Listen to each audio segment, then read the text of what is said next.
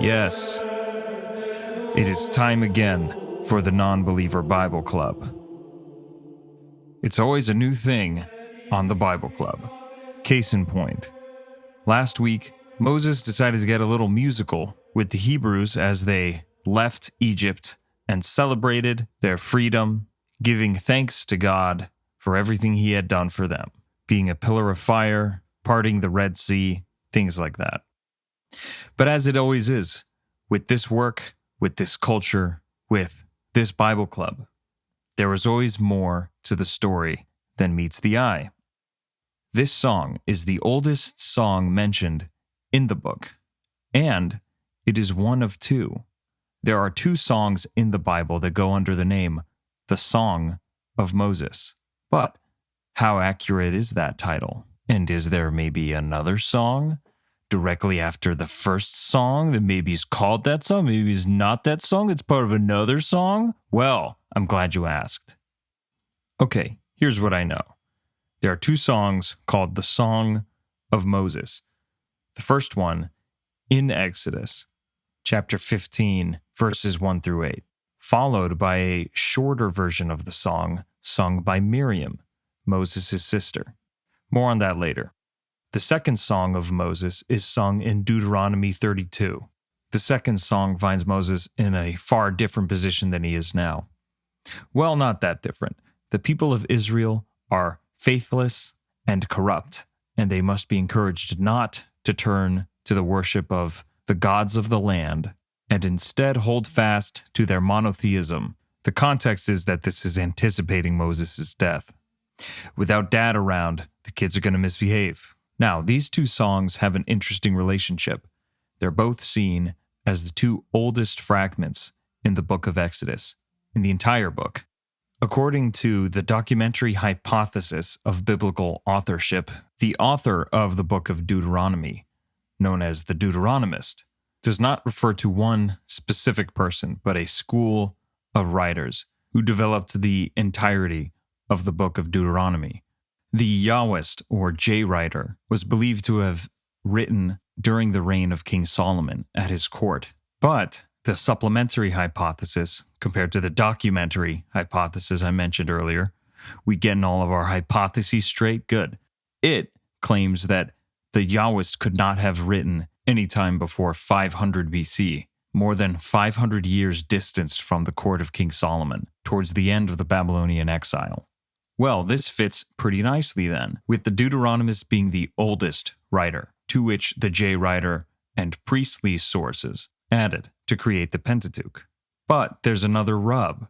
Modern scholars have suggested that the songs of Moses were written in a purposefully archaic style, and you wonder why biblical authorship is such a varied field. It's because of shit like this.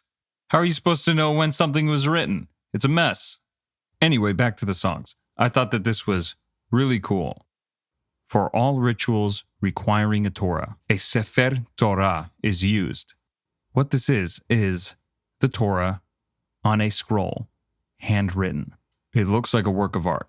And in this case, it actually is, typographically speaking.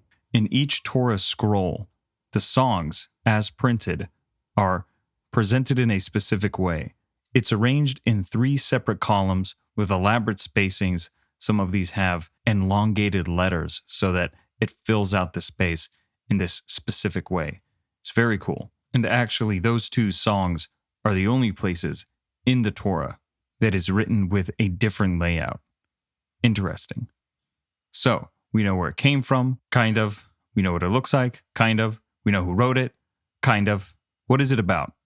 Now, as I said before, there are two songs of Moses, and the one which we read in our last reading of Exodus is referred to as the Song of the Sea, because God has drowned the Egyptians in the sea. He has saved and delivered the Israelites, promised them a new future. Exodus 15:11. Who is like unto thee, O Lord, among the gods? Who is like thee, glorious in holiness, fearful in praises, doing wonders? Thou stretchedst out thy right hand, the earth swallowed them. Thou in thy mercy hast led forth the people which thou hast redeemed. So That's the idea of the song.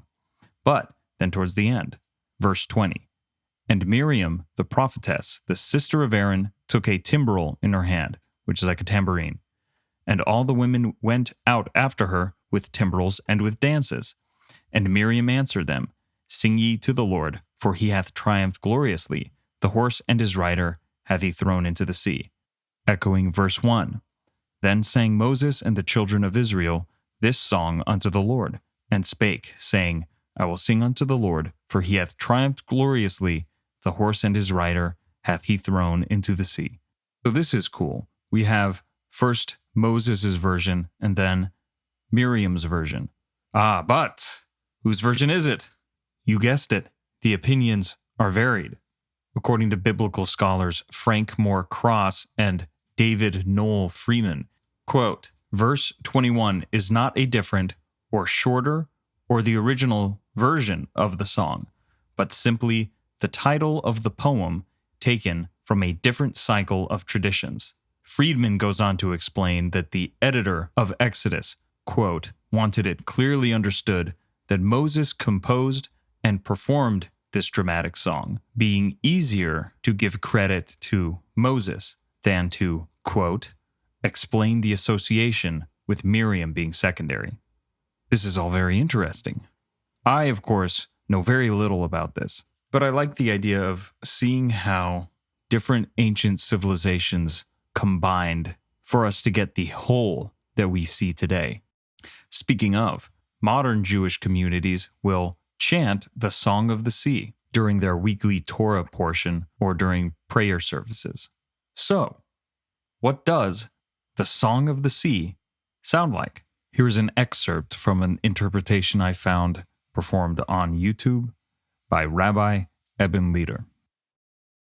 מושט ידו על הים, וישוב הים לפנות בוקר לאיתנו, ומצרים נסים לקראתו, וינער אדוני את מצרים בתוך הים. Beautiful. But it needs something. Thy right hand, O Lord, is grace and power. Yeah, thy right hand, O Lord, hath dashed in pieces the enemy. Thy right hand, O Lord, is grace and power. Yeah, thy right hand, O Lord, hath dashed in pieces the enemy. Okay. Let's do this. Join with me as we continue with the adventures of Moses, trying to hold together a group of hungry refugees, all in the name of God.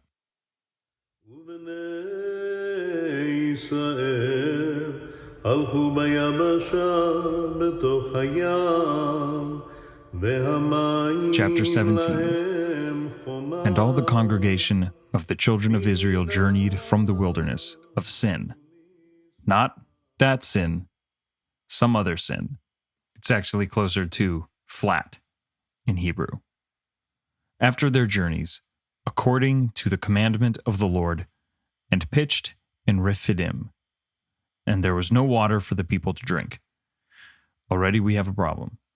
Wherefore the people did chide with Moses, and said, Give us water that we may drink.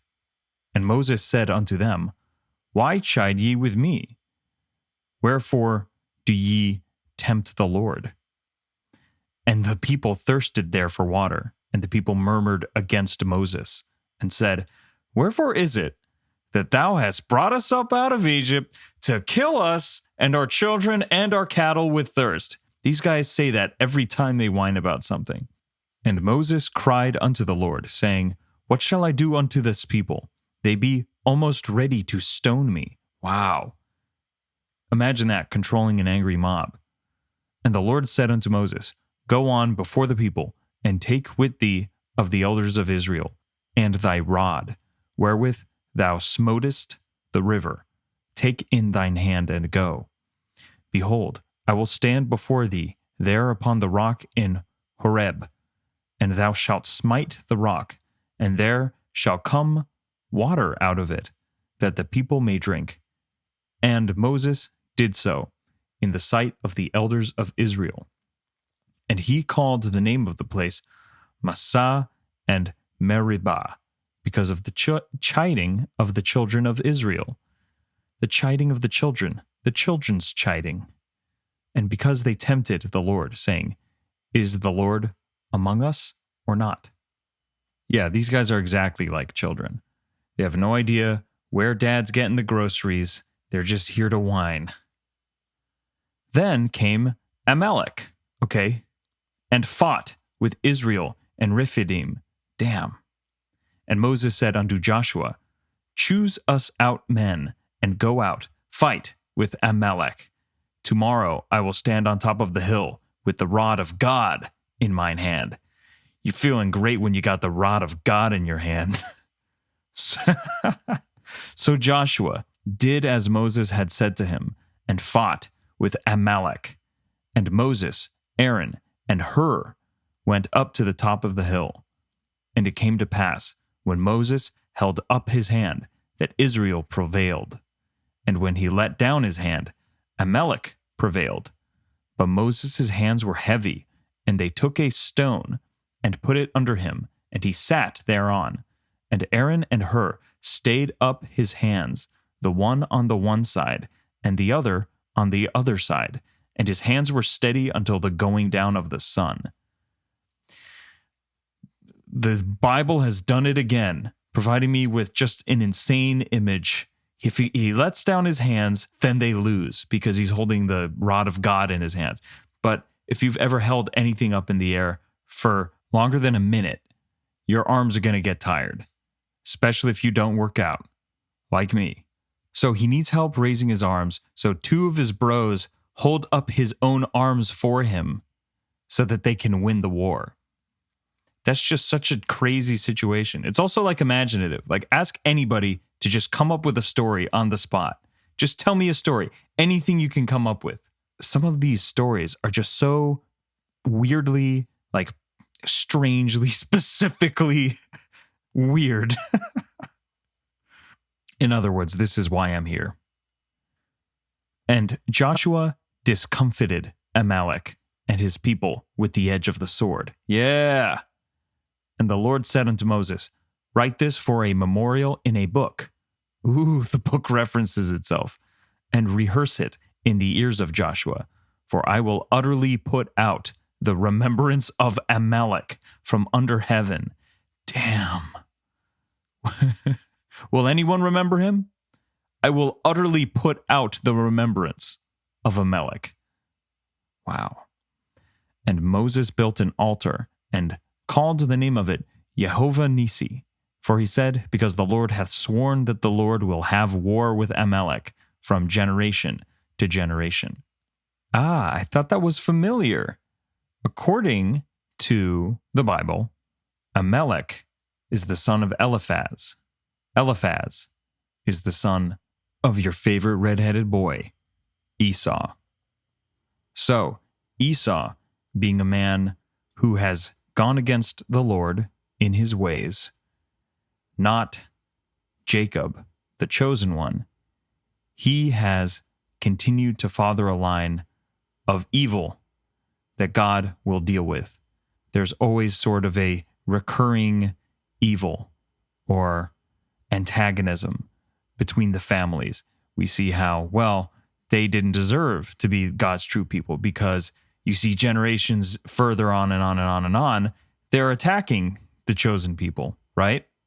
God's not really a kill it before it grows kind of guy. Well, not nowadays anyway. Chapter 18. When Jethro, the priest of Midian, Moses' father-in-law, heard of all that God had done for Moses, and for Israel his people, and that the Lord had brought Israel out of Egypt, then Jethro, Moses' father-in-law, took Zipporah, Moses' wife, after he had sent her back. Sent her back? When did he do that? Oh, right, when he begins his journey, and her two sons. Oh, so she's been on the sidelines this whole time, just wondering when Moses is going to be back. And then he comes back with like 100,000 more people. And her two sons, of which the name of the one was Gershom, for he said, "I have been an alien in a strange land." And the name of the other was Eliezer, for the God of my father said he was mine help. and delivered me from the sword of Pharaoh. And Jethro, Moses' father-in-law, came with his sons and his wife unto Moses in the wilderness. They met him halfway. It's probably Zipporah. She's like, they are close enough. We are going to go. He's like, all right. Came with his sons and his wife unto Moses in the wilderness, where he encamped at the mount of God. And he said unto Moses, I, thy father-in-law, Jethro, am come unto thee, and thy wife, and her 2 sons with her.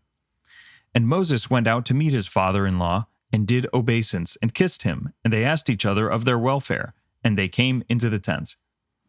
And Moses told his father-in-law all that the Lord had done unto Pharaoh and to the Egyptians for Israel's sake. It's a story. And all the travail that had come upon them by the way, and how the Lord delivered them. Page turn.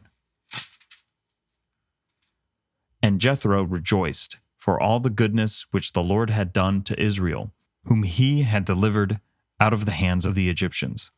Now I know that the Lord is greater than all gods, for in the thing wherein they dealt proudly, he was above them.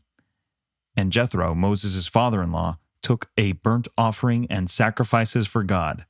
And Aaron came, and all the elders of Israel, to eat bread with Moses' father-in-law before God.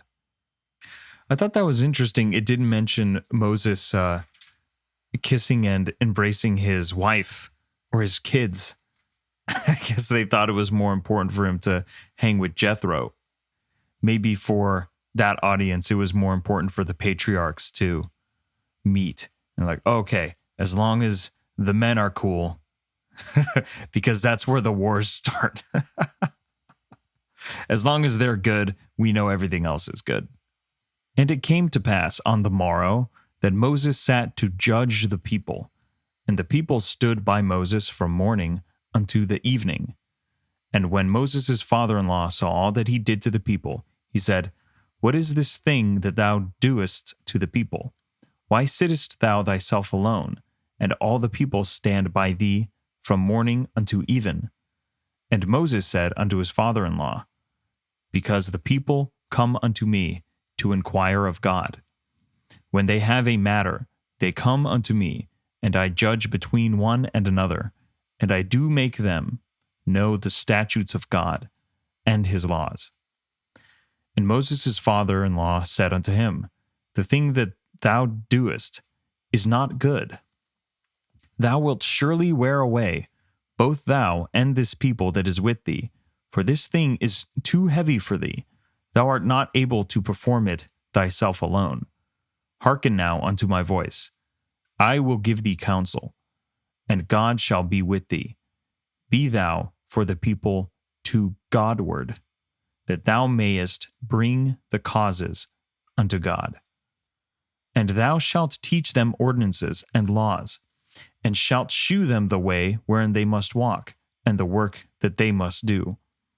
Moreover, thou shalt provide out of all the people able men, such as fear God, men of truth, hating covetousness, and place such over them, to be rulers of thousands, and rulers of hundreds, rulers of 50s, and rulers of 10s.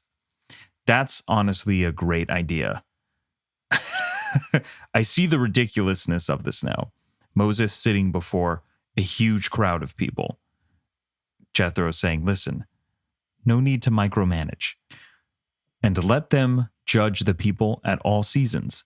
And it shall be, this is government. This is honestly government. This is great. And it shall be that every great matter they shall bring unto thee, but every small matter they shall judge. So shall it be easier for thyself, and they shall bear the burden with thee. So he wasn't just judging, he was solving problems day in and day out. If thou shalt do this thing, and God command thee so, then thou shalt be able to endure, and all this people shall also go to their place in peace. So Moses hearkened to the very, very wise voice of his father-in-law, and did all that he had said. And Moses chose able men out of all Israel, and made them heads over the people, rulers of thousands, rulers of hundreds, rulers of 50s, and rulers of tens. And they judged the people at all seasons.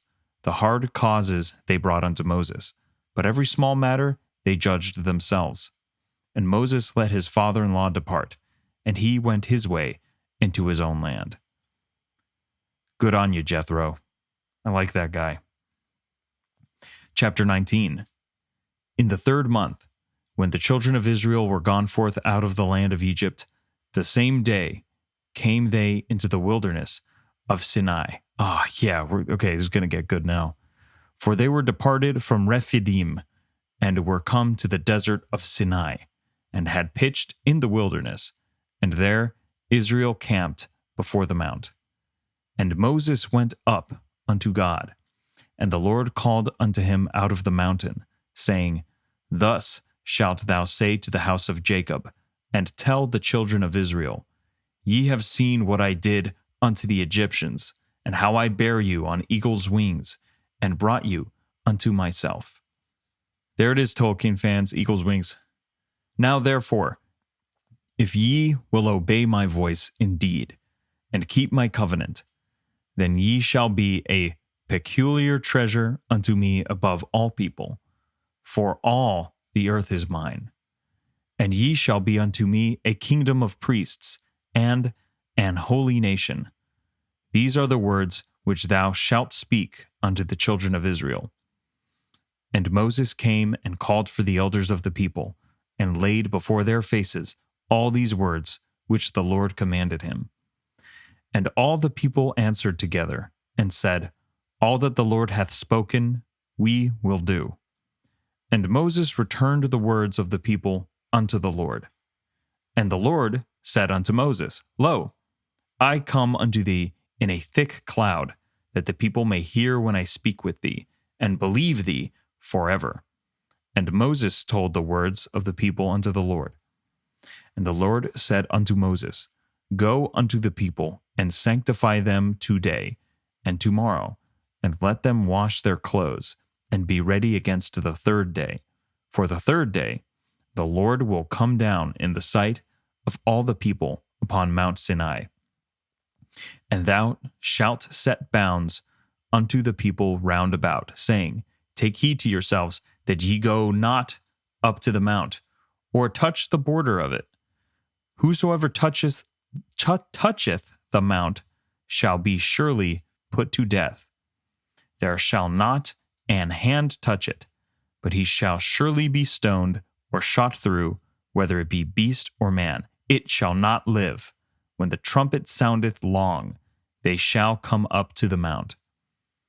And Moses went down from the mount unto the people, and sanctified the people, and they washed their clothes.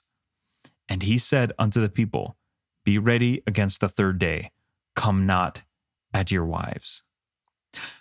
Oh, it's one of those things that you don't understand until you do. Come not at your wives. In fact, don't do anything with your wives. You know what I mean with your wives. You wives. Nice. I like this. This is like, there's churches that aren't your grandfather's church, and then like, this is your grandfather's church. Like, I remember we had to clean ourselves completely, not have sex with our wives, dress nicely, and go to see God because he's coming. It's not like, let's go to church. This is like the first church service ever before God figures out how to talk to man in a way that's not absolutely terrifying. It's like, okay, he is coming. On the 3rd day, God will come. And if you so much as look at him wrong, you're fucking dead. Do you understand me? God is coming. And I swear, if you do something and he doesn't kill you, we will. That's some Old Testament shit right there. Here we go. And it came to pass on the 3rd day in the morning that there were thunders and lightnings and a thick cloud upon the mount. I like the idea of God as this really intense guy who doesn't know how to relate to these. So this is like his first, like stab at trying to connect. He's like, okay, I'll come down. Thunder and lightning, yeah, that's what I do. It's just, this feels destined for disaster. Like a romantic comedy.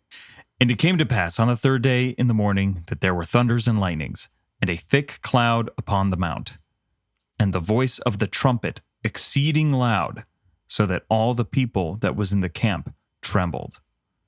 And Moses brought forth the people out of the camp to meet with God, and they stood at the nether part of the mount.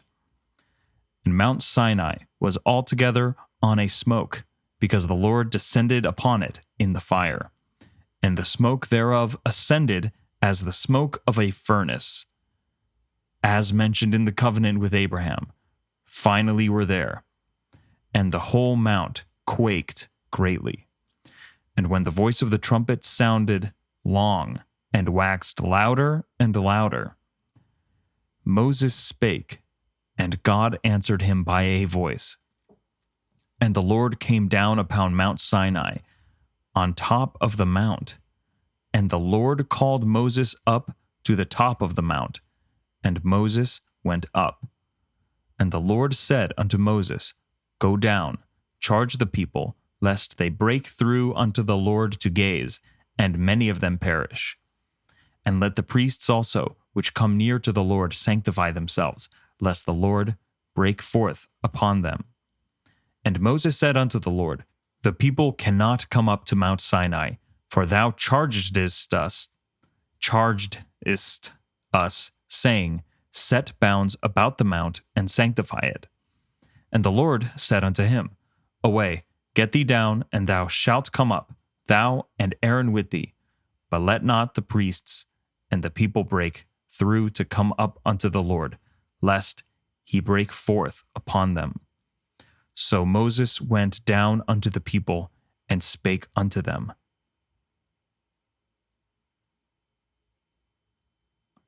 We're here. Chapter 20, the 10 Commandments. And God spake all these words, saying, I am the Lord thy God, which have brought thee out of the land of Egypt, out of the house of bondage. Thou shalt have no other gods before me. Thou shalt not make unto thee any graven image, or any likeness of anything that is in heaven above, or that is in the earth beneath, or that is in the water under the earth. Thou shalt not bow down thyself to them, nor serve them, for I, the Lord thy God, am a jealous God, visiting the iniquity of the fathers upon the children unto the third and fourth generation of them that hate me, and shewing mercy unto thousands of them that love me, and keep my commandments. Thou shalt not take the name of the Lord thy God in vain, for the Lord will not hold him guiltless that taketh his name in vain. Remember the Sabbath day, to keep it holy. 6 days shalt thou labor, and do all thy work, but the seventh day is the Sabbath of the Lord thy God. In it thou shalt not do any work, thou, nor thy son, nor thy daughter, thy manservant, nor thy maidservant, nor thy cattle, nor thy stranger that is within thy gates. For in 6 days the Lord made heaven and earth, the sea, and all that in them is, and rested the seventh day. Wherefore the Lord blessed the Sabbath day, and hallowed it. Honor thy father and thy mother, that thy days may be long upon the land, which the Lord thy God giveth thee. Thou shalt not kill. Thou shalt not commit adultery. Thou shalt not steal. Thou shalt not bear false witness against thy neighbor. Thou shalt not covet thy neighbor's house. Thou shalt not covet thy neighbor's wife, nor his manservant, nor his maidservant, nor his ox, nor his ass, nor anything that is thy neighbor's. And all the people saw the thunderings, and the lightnings, and the noise of the trumpet, and the mountain smoking. And when the people saw it, they removed, and stood afar off. It is interesting that they keep saying, don't let anybody up here. Everybody is fine with standing afar off. And they said unto Moses, speak thou with us, and we will hear. But let not God speak with us, lest we die. And Moses said unto the people, fear not, for God is come to prove you, and that his fear may be before your faces, that ye sin not. And the people stood afar off, and Moses drew near unto the thick darkness where God was. Thick darkness? Damn, this is great.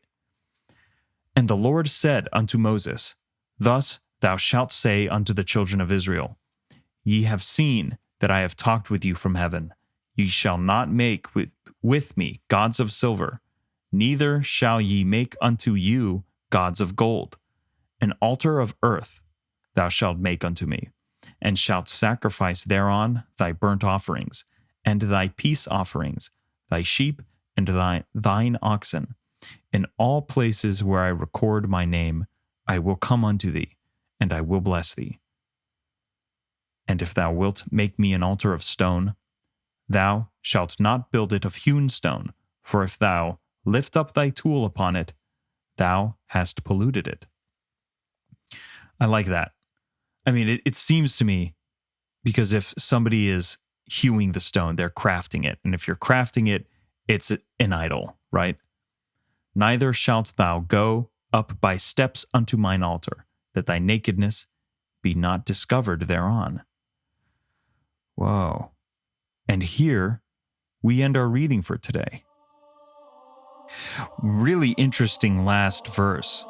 What I'm seeing from Bible commentaries online is there seems to be a consensus that, you know what? When you ascend stairs and you're wearing a skirt or a robe of some kind and you get high enough, people are going to look up your skirt. So this is more of a modesty thing, so that your nakedness not be discovered. Still, anybody who's been listening to this podcast from the beginning know that nakedness can have certain implications. To see your father's nakedness would be to sleep with his wife, which is what Ham was said to have done to his father Noah's wife. But also his mother, it's messy. Bad Ham. I can wrangle any kind of interpretation out of this. Neither shalt thou go up by steps unto mine altar. You cannot approach the altar trying to gain knowledge. You can't cuckold me. The nakedness will not be discovered. I'd like to study that verse a little more closely and see if I can wrangle something good out of it, the way that it seems to be telling me not to. Either way, what we've seen here is the first and most important step in forming a society.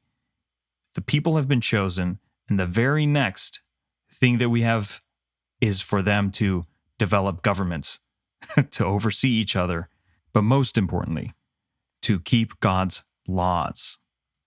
Interestingly, these laws are very different from the ones that we got in the blood for blood laws in Genesis. Genesis 9:6. Whoso sheddeth man's blood, by man shall his blood be shed, for in the image of God made he man. So stoked that I got to the 10 Commandments today. This is great. So, looking at this, that's Exodus 20, verse 13. So simply stated, thou shalt not kill.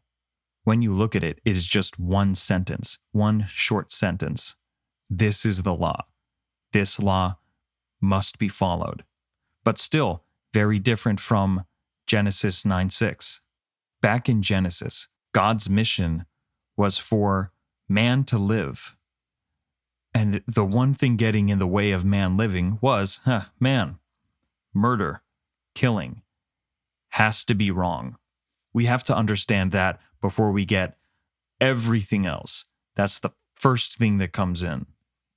Besides the spiritual, existential, fruit, knowledge, conundrum. I'm talking down here on earth in the mud from whence we came. The buck had to stop somewhere. But as society has grown, as humans have grown, as the chosen people have been selected, so they get new laws. They get the expanded edition. Now that we've all agreed not only to not kill each other, but to work together in a society, there's certain things that we have to get down. There's certain things that need to be understood before this is able to take off. And that's what the 10 Commandments are. I mean, it's really a first constitution, if you think about it. It's more like a Bill of Rights, actually. You have freedom of the press, freedom to have guns, freedom to not have soldiers be in your home when you don't want to, when that was a problem. Due process. That's a rather complex thing to try to explain to a bunch of people who are just killing each other. Yeah, the Bill of Rights are sort of a more complex, sophisticated version of the 10 Commandments, no? Once we've agreed that a predetermined set of laws is going to dictate the way we act around each other, we can talk about more interesting things. I mean, you can see as governments have developed how these things are really just reactions. Like freedom of the press. When a government gets too big, then they can oppress your freedom to express yourself. We know that because of all the ways we've seen governments go wrong before. So in that way, I guess what I'm trying to say is I see the 10 Commandments and they're like the progressive laws of their time. We've accepted that we're not going to kill each other, but how are we going to live with each other? Sure, they're old and simply stated, but you get these 10 rules down. You basically have a working civilization. Good laws. Still hold up. So, thank you for joining me. And tune in next week as we see where this is going to go next. Keep calm, my creeping things. Adios.